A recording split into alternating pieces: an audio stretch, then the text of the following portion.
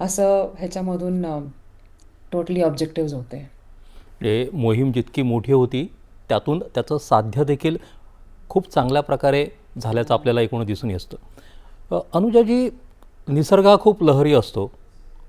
या मोहिमेसाठी तुमची आणि संपूर्ण चमूची तयारी किती काळ चालली? कारण की या सगळ्याला मात करायची होती, त्याला सोबत घेऊन पुढं जायचं होतं.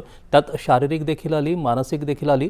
ही जी तयारी करायची होती तुम्हाला, कोणत्या गोष्टी सर्वाधिक महत्त्वाच्या ठरल्या? आमचं जे ट्रेनिंग होतं ते ट्रेनिंग 2022 साली सुरू झालं होतं आणि it was totally a volunteer बेसिसवरती सगळं झालं होतं. तर जवळजवळ 40 lady officers, in fact 40 lady candidates म्हणेन मी, कारण त्याच्यामध्ये एक आमची आसाम रायफल्सची जवान पण होती. तर ते सगळे आम्ही एकत्रित आलो होतो 2022मध्ये. 3 फेजेसमध्ये आमचे सिलेक्शन प्रोसेस झाले. त्या प्रत्येक सिलेक्शन प्रोसेसमध्ये आमची जी टीम होती, इनफॅक्ट आम्ही सगळ्याच जणी जे होतं त्यांना एकालाही सेलिंग माहीत नव्हतं. काय असतं सेलिंग, काय नाही. पण काहीतरी आपण एक करायचं आहे, आपल्याला आपलं धाडस दाखवायचं आहे, एवढं एकच आमच्याकडे एक मोटिव्ह होतं आणि त्या मोटिव्हने आम्ही सगळ्याजणी एकत्र आलेलो होतो तेव्हा. 3 फेजेस ऑफ सिलेक्शन ट्रायलमध्ये आम्हाला त्यांनी सेलिंग पण शिकवलं. त्याच्यामधून आम्हाला त्यांनी सेलिंग, फक्त सेलिंग नाही तर सेलिंग म्हणजे बोटीवरती जे काही इक्विपमेंट असतात ते इक्विपमेंट कसे हँडल करायचे, त्याच्यामध्ये कसे रिपेअर्स करायचे हे पण त्यांनी शिकवलं. आणि मग नंतर हळूहळू आमच्या सगळ्या एक्सपिडिशन वाढत चालल्या आणि बोट जी होती आमची ती ट्रेनिंग सगळ्यात लहान बोटीपासून सुरुवात झाली इनिशियली. आणि लहान बोटीवरनं मग हळूहळू मोठी बोट होऊन मग फायनली आमची जी ओशन गोईंग बोट होती IASV त्रिवेणी, त्याच्यावरती आम्ही आमचं पूर्ण प्रशिक्षण केलं आणि मग आम्ही निघालो. नाव हे प्रशिक्षणामध्ये जे काही आमची 3.5 वर्ष होती ते पूर्ण सगळे आम्ही एकत्रित होतो.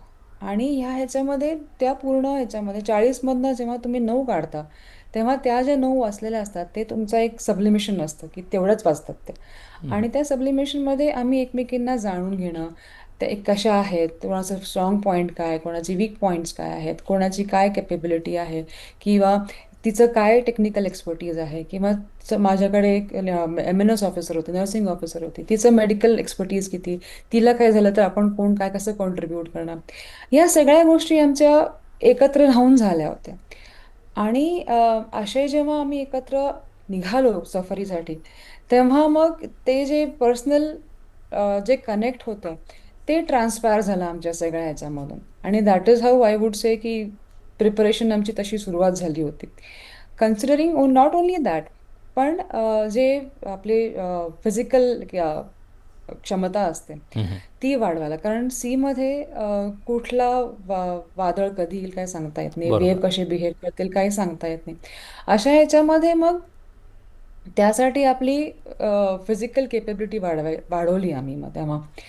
आणि त्याच्या सोबत योगा वगैरे करून, स्वतःचे मेडिटेशन वगैरे करून स्वतःला शांत कसं ठेवायचं हे आम्ही थोडंसं याच्यामध्ये शिकलो. आणि हळूहळू जेवढे आम्ही एक्सपिडिशन्स केले तेव्हा एकमेकांवरती किती विश्वास कसा ठेवायचा, कुठल्या ह्याच्यामध्ये बेसिकली टीम वर्क कसं आपण घेऊन जायचं पुढे, हे आम्ही याच्यामधून आमची प्रिपरेशनची तयारी झाली होती याच्यामधून. म्हणजे खास करून जेव्हा समुद्रामध्ये